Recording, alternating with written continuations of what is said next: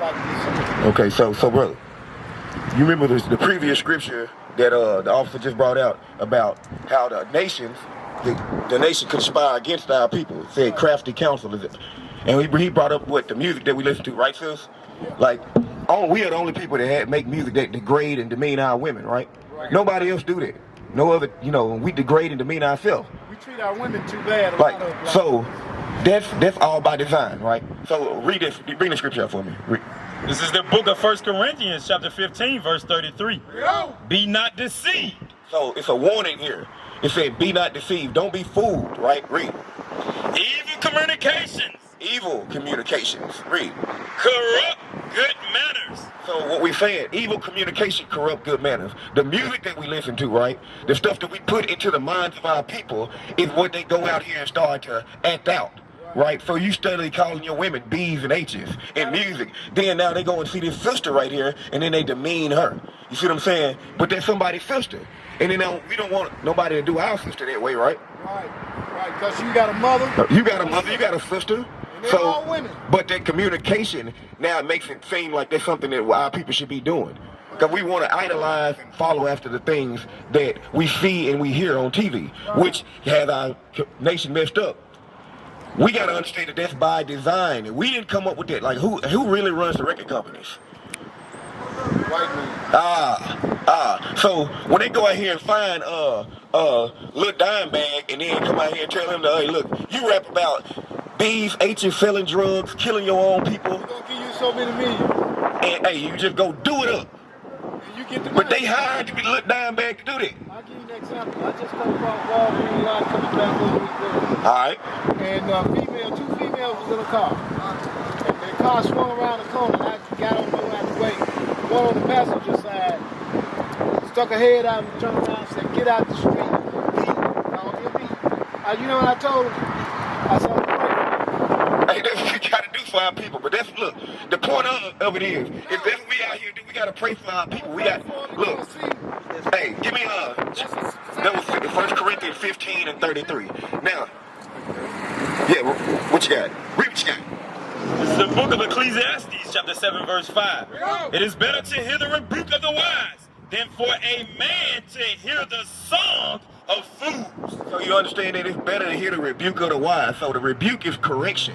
We come out here and tell our people to say, look, we got to stop feeding that nonsense to our people. We got to stop listening to that type of music and promoting it and letting these people make millions off of our demise. You see what I'm saying? Nah, look, this is my sister. She not a B. She not a H. No, this is my sister. Well, now we got to look at each other like that. We got to understand that, look, we are the ones that's going to clean up our community. Ain't nobody else going to come into our community and clean it up for us. We got to change the minds, right? So give me that Isaiah 1 and 16. I think that's what I want. Isaiah 1 and 16. We come out here because, look, matter of fact, Psalm 94:16. Psalm 94:16. What y'all are looking at right now is men that care about their community. We love our people. We come to redeem the so-called blacks, Hispanics, and Native Americans, man, woman, and child. We come out here to clean up our communities. The Lord said this right here. This is the book of Psalms, chapter 94, verse 16. Who will rise up for me? This is a question that God got for all the black men in this community right now. The God of this Bible, the God of Abraham, Isaac, and Jacob, the black man's God said, what? Who will rise up for me? He asking the question, where you at? Read. Against the evildoers. Against the evildoers, the ones that put the drugs in your community. The ones that come and drop off crates of guns and drugs in your community. Like, look, come on now, we ain't got no boats. Our people don't got boats to bring ships and cargo over here to drop off a boatload of drugs, a boatload of guns. We know that we got people that's doing this to our community, but we can't fall into the trap. Read. Who will rise up for me against the evildoers? Or who will stand up for me against the workers of iniquity? So that question should be rhetorical when a black man look out into his community and see all the garbage, see all the drugs, see all the gangs, see all the violence. It should be me. I'm going to stand up for you, the Lord. I'm going to stand up against the workers of iniquity, the evil that come into our community. I'm going to stand against the white man that's trying to feed my people drugs. I'm going to stand against the Arab man that come in and fill our people all this garbage. I'm going to stand up against the Chinese man that's beating the hell out of our sisters in the beauty supply stores. I'm going to do it. Read. And Who will rise up for me against the evildoers? And who will stand up for me against the workers of iniquity? We got to take the responsibility within our community, because God got a problem with the way our community is being run right now. We got to change this thing up. Give me that Lamentations chapter 4 and verse 2. Lamentations 4 and verse 2. This is the issue that we have. We coming out here, the man in purple and gold out here, we come to our communities. We come out here to raise up this thing, to change the minds of our people. The scriptures say there should be no whores in the daughters of Israel. So guess what? If there's no whores in the daughters of Israel, there ain't no pimps neither. And we ain't going for that no more. You ain't no prostitution. We ain't doing that in our community. We're not treating our women like that. We turning them into wives and mothers. Read. This is the book of Lamentations, chapter 4, verse 2. The precious sons of Zion. So God is talking to you. You the precious son of Zion. A man, black man, so-called black man. You from the tribe of Judah, according to the Bible. Right. God's chosen people. God's jewelry. Read. Comparable to fine gold. God said our people are comparable to fine gold. Read. How are they esteemed? As earthly pictures. He said, now how you esteemed, how you become just like an earthen pitcher. That means something that, like a pitcher or a vase that's made out of clay. You're supposed to be fine gold, but now we look around our community, it's made out of clay now. Something is made out of dirt. We drop low. Read. To work of the hands of the potter. Even the... No, that's it. Okay, so that's it. It said, God asking the question, how did it happen to us, right? How did it happen to us? Give me Baruch 3 and 10. Baruch 3 and 10. We showing our people where we were and where we fallen to. Now we got to show you where we got to ascend back to. Right. We got to get back to the higher state that God created us to be in. Our women said our women used to be so delicate their feet barely touch the ground. That's right. That's in the scripture. God said His people are like fine gold. Baruch chapter 3 verse 10. All right. So that's the question. How did this stuff happen to our people? What's going on, my brother? How you doing? What's your name, my man? Stony. Stony, I'm Moses. How you doing, bro? Good to meet you. Good to meet you. Look, in the Bible, it says the devil came to kill, steal, and destroy. The same thing the white people did when they got to Africa. Wow. Kill, steal, and destroy. They kidnapped us and brought us over to America, and then they give us the Holy Bible saying this is supposed to be lawful. How can I just don't believe in this? Okay, so you're saying, okay, the same people that came and The book that they gave us. hold on. I got you. They said that the same people that came and robbed, rape, steal, pillage, destroy you, then came and gave you the Bible, right? Right. So that should be like how am I going to learn about God from them people, right? You're absolutely right. But the thing is, what I just told you, I said you had to learn about God from them people. Why? That's when our people were in slavery, when we weren't allowed to read and write. Why they hand you the book and say you can't read and write it? You can't read it. If you read it, you'll know exactly what you just said. They the devil that the Bible talking about. Them very people, because this is our book. Our ancestors wrote this book. This book was not written in English. We had our own language before we came here. That's right. It's been translated throughout the time in a language that we speak now, but this is our book. These are our records. So let me show you something about, okay, the white man gave us this book, but I bet you they never read you this. Give me Exodus 21:16. Look what the slave master never read to you. Exodus 21:16. They can play. Read. This is a law in the Bible. This is the book of Exodus, chapter 21 and verse 16. And he that stealeth a man. The Bible said, God said, he that steals a man, read, and selleth him. and sell him. Teach your people. He that stealeth a man and sells him, this is a law. Or if he be found in his hand. That man that got stolen and sold be found in the person's hand that did that to them. Are we still not here in America where the white man brought us? Read. He shall surely be put to death. God said that man shall surely be put to death. So there's judgment for what was done to us. But they didn't let you read that. They said, hey, Negroes, God love everybody while I'm whooping you on your back. That ain't what the Bible tells you. God said, if that happened to you, that person will surely be put to death. That's Old Testament. That's the Old Testament law. Let's go to the New Testament, the last book of the Bible. Give me Revelation 13 and verse 9. Check this out, my brother. Look, we're going to show you that it's not about what's in the book. It's about who taught you. That's right. This book is our records. It concerns us. They was never supposed to put their hands on this Bible. Read this. This is the book of Revelation, chapter 13, verse 9. If any man have an ear. If any man have an ear, you all have an ear. Sister, you got an ear, you got ears, you got ears, my brother. Listen, y'all, any man have an ear, let him hear this. Let him hear that he that leadeth into captivity. He that leads a man into captivity, where our people not brought into captivity, slave ships, all these different routes that went through this, from all over the world spread out. It said he that did that, that leads into captivity, shall go into captivity. the same thing got to get done to them. That's reap what you sow. That's what the Bible talking about. Read. He that killeth with the sword. And he that kills with the sword, without people not killed, raped, robbed, pillaged, hanged, read. Must be killed with the sword. Said that's a must. That ain't even an option. It's a must that it gotta happen. Because God is a righteous judge. The same thing that happened to us, God said they're gonna get twofold. But guess what that's waiting on? It's waiting on you.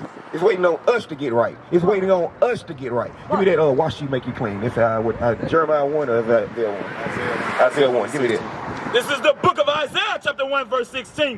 Wash you, make you clean.